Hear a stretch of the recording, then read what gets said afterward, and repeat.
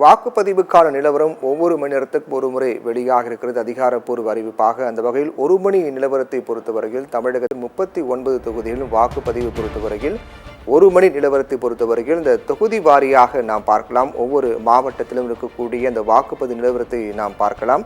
அந்த வகையில் ஒவ்வொரு மணி நேரத்திற்கும் ஒரு முறை வாக்குப்பதிவு என்ன என்பது குறித்த அதிகாரப்பூர்வ அறிவிப்பு வெளியாகி வரக்கூடிய சூழ்நிலையில் ஒரு மணி நிலவரத்தை என்ன என்பதை பார்த்தோம் என்றால், தருமபுரி தொகுதி பொறுத்தவரையில் 44.08 விழுக்காடு வாக்கு பதிவாக இருக்கின்றது. கள்ளக்குறிச்சியில் 44 விழுக்காடு வாக்குகள் பதிவாக இருக்கின்றது. நாமக்கல் பொறுத்தவரையில் 43.62 விழுக்காடு வாக்குகள் பதிவாக இருக்கின்றன. கரூர் பொறுத்தவரையில் 43.60 விழுக்காடு வாக்குகள் பதிவாக இருக்கின்றது. அதே போன்று பெரம்பலூர் தொகுதியை பொறுத்தவரையில் 43.32 விழுக்காடு வாக்குகள் பதிவாக இருக்கின்றன. சேலம் தொகுதியை பொறுத்தவரையில் 43.13 விழுக்காடு வாக்குகள் பதிவாக இருக்கிறது.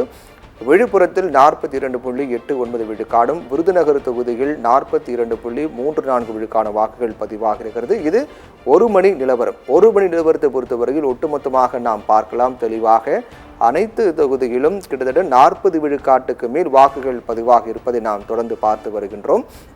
காலை 7 மணி முதலே வாக்குப்பதிவு தொடங்கியது.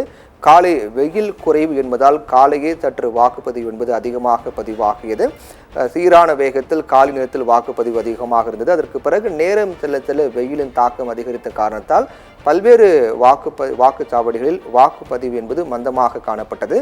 இருந்தாலும் கூட வெயிலும் பொருட்படுத்தாமல் பல்வேறு வாக்குச்சாவடியில் வாக்காளர்கள் நீண்ட வரிசையில் காத்திருந்து தங்களுடைய வாக்கினை பதிவு செய்து வருகிறார்கள். அந்த வகையில் அந்த வாக்குப்பதிவு பொறுத்தவரையில் ஒவ்வொரு மணி நேரத்திற்கும் என்ன நிலவரம் என்ற அறிவிப்பு அதிகாரப்பூர்வமாக வெளியாகி வருகிறது. அந்த தமிழகத்தை பொறுத்தவரையில் வாக்குப்பதிவு என்பது 40 விழுக்காட்டையும் தாண்டி பதிவாக இருக்கிறது.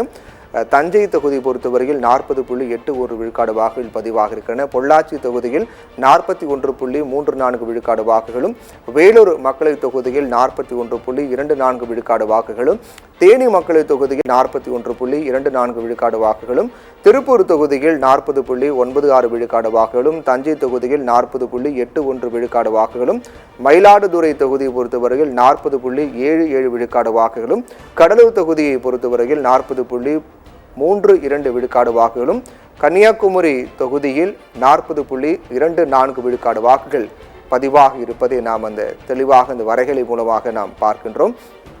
ஒரு மணி நிலவரத்தை பொறுத்தவரையில் ஒட்டுமொத்தமாக இருக்கக்கூடிய 39 தொகுதிகள், தமிழகம் மற்றும் புதுச்சேரியும் சேர்த்து 40 தொகுதிகளும், அனைத்து தொகுதிகளும் ஒவ்வொரு தொகுதியும் பொறுத்தவரையில் தனித்தனியாக 40 விழுக்காட்டுக்கு மேல் வாக்குகள் பதிவாக இருப்பதை நாம் பார்க்கிறோம். இது அதிகாரப்பூர்வ அறிவிப்பாக பார்க்கப்படுகிறது. காலை 7 மணிக்கு தொடங்கியது வாக்குப்பதிவு.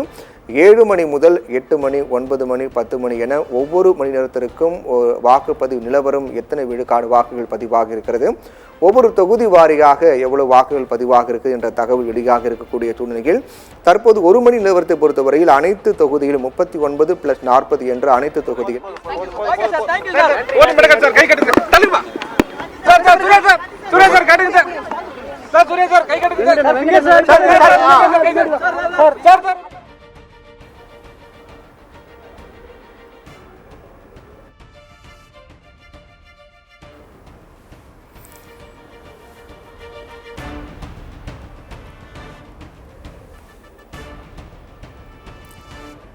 ஒரு மணி நிலவரத்தை பார்த்தோம். அதன் தொடர்ந்து சிவகங்கை தொகுதியில் 40.15 விழுக்காடு வாக்குகளும், தென்காசியில் 40.15 விழுக்காடு வாக்குகளும், நீலகிரியில் 40.14 விழுக்காடு வாக்குகளும், திருவள்ளூர் தொகுதியில் 40.12 விழுக்காடு வாக்குகளும், திருச்சி மக்களவைத் தொகுதியில் 39.91 விழுக்காடு வாக்குகளும், ராமநாதபுரம் மக்களவைத் தொகுதியில் 39.60 விழுக்காடு வாக்குகளும், கோவை தொகுதியில் 39.51 விழுக்காடு வாக்குகளும், காஞ்சிபுரம் தொகுதி பொறுத்தவரையில் 40 என்ற அளவில் அங்கு வாக்குகளும் பதிவாக இருக்கிறது.